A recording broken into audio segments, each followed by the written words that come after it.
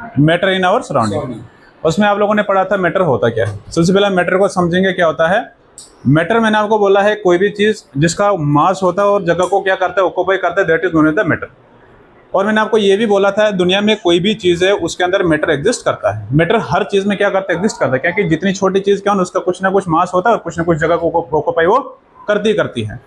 अब हमारे पास आज का जो यूनिट है that is matter around us pure. क्या हमारे आसपास मैटर प्योर होता है? तो नहीं होता है।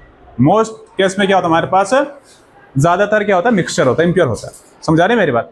तो वही मैंने लिखा यहाँ पे, हमारे पास मैटर क्या होता है कि anything that occupy space and has mass is called matter. कोई भी चीज जो स्पेस को ऑक्यूपाई करे और उसका क्या होता है, मास होता है, उसको क्या बोलते हैं, उसको मैटर बोलते हैं।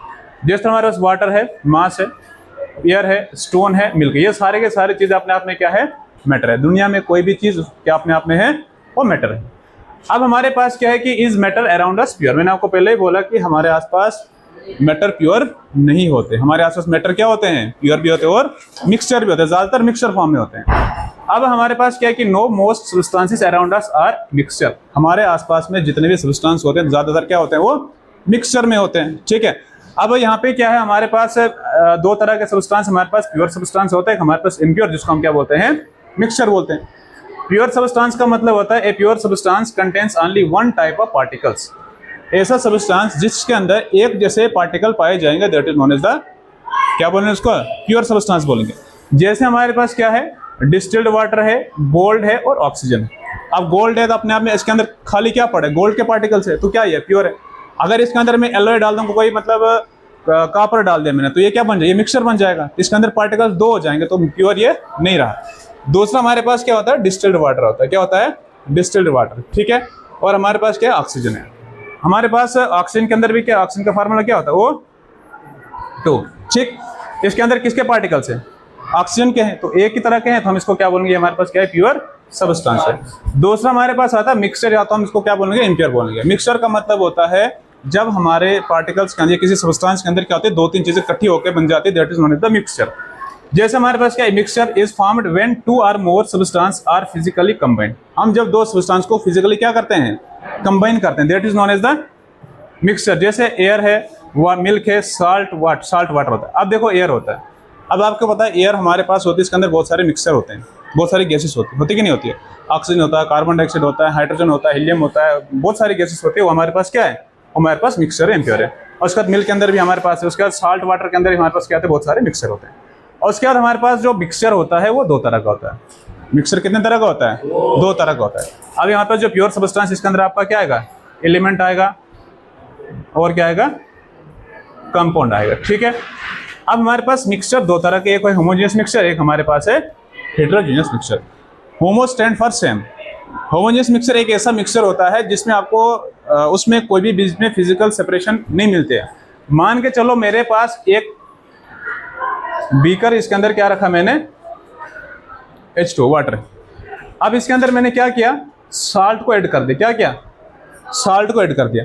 क्या आपको इसके अंदर साल्ट दिखेगा, दिखेगा, वो सारा का सारा डिजॉल्व हो जाएगा, वो दिखेगा नहीं। तो यहाँ पे कोई भी बीच में फिजिकल लेयर नहीं दिखती, एक जैसा ही कंपोजिशन दिखता है, that is known as the homogeneous mixture, जिसमें एक समान मिक्सचर होगा। अब आपने मिक्स क्या किया था, साल्ट किया था। क्या इसके अंदर आपको साल्ट दिख रहा है, यहाँ तक साल्ट है, यहाँ तक पानी है, नहीं दिख रहा है ना, तो that mixture is known as the homogeneous mixture. या आप क्या करोगे, पानी के अंदर किसको ऐड कर दोगे, चीनी को ऐड कर दोगे, वो भी आपकी क्या होगी, वहां पे नहीं दिखेगी, that is known as the homogeneous mixture. मैंने क्या लिखा है कि the composition is same throughout the mixture.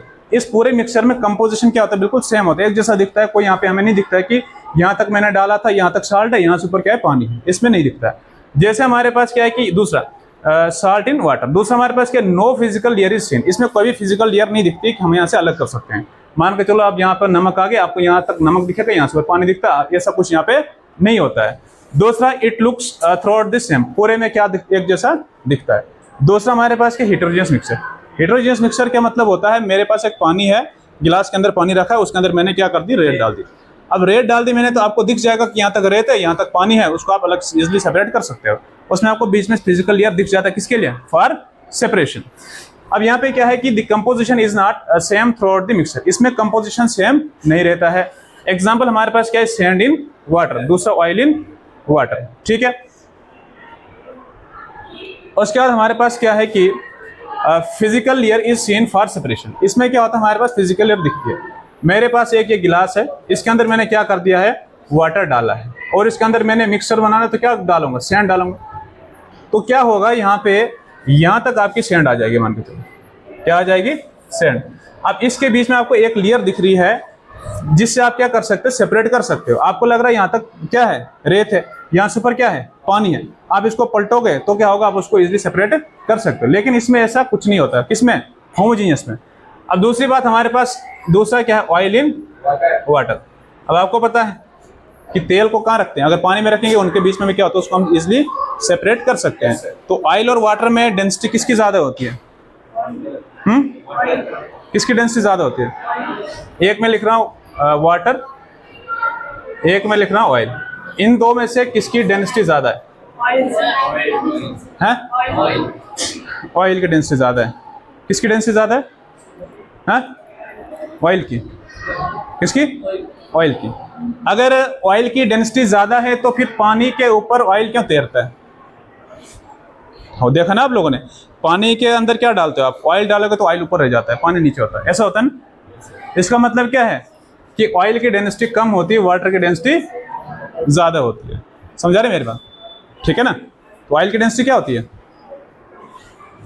कम होती, ज्यादा होती है, कम होती है। वाटर की क्या होती है, ज्यादा होती है। ठीक है, कल इसका आगे देखेंगे।